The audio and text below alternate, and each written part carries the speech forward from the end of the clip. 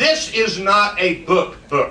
This is a book that ties together newspaper and magazine essays from 1987 through the beginnings of the current crisis. So I'm reading along in this really interesting compilation.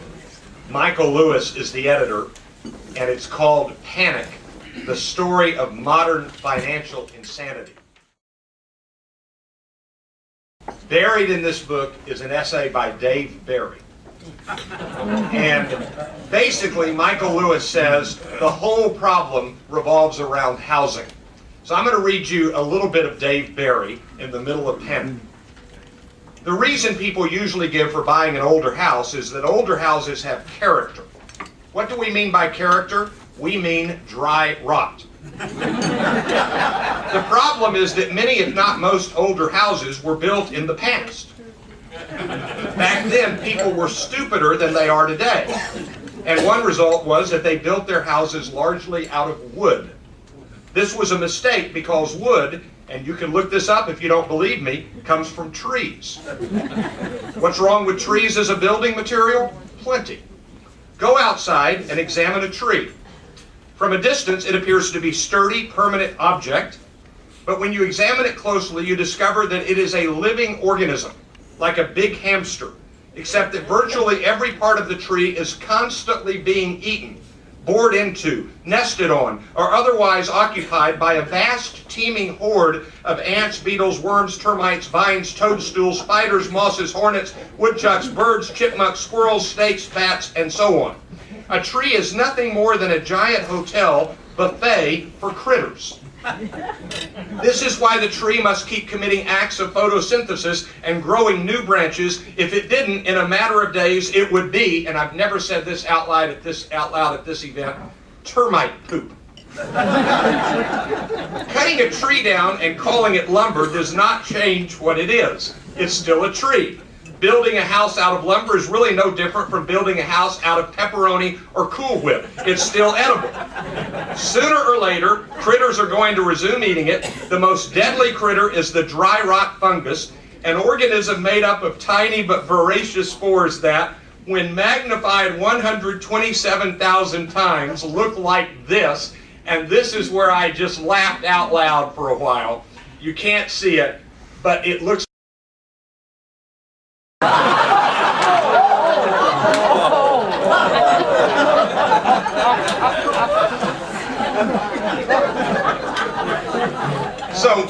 So my first suggestion is, when you are in the middle of worrying about this financial panic, go buy this book.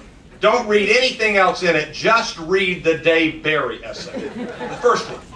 And most of these quotes are from Lewis's essays throughout the book.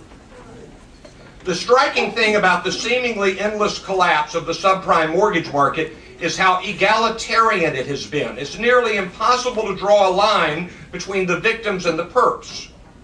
Stan O'Neill, the former CEO of Merrill Lynch, was fired for the same reason the lower middle class family in the suburban wasteland between LA and San Diego may have lost its surprisingly nice home.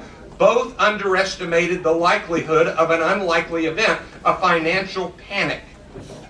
In retrospect, the small army of Wall Street traders who lost tens of billions of dollars in subprime mortgage investments looks as naive and foolish as the man on the street. But there's another way of viewing this crisis. The man on the street for the first time acted on the same foolish principles that had guided the behavior of sophisticated Wall Street traders for the past few decades.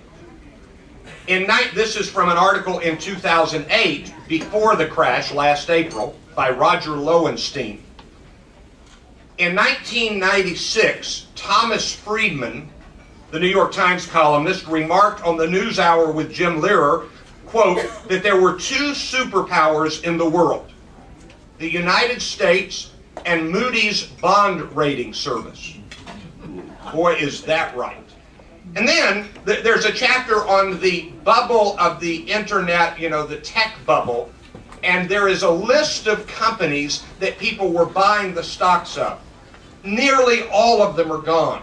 There's an entire section of a contemporaneous article about a company called OnMoney.com.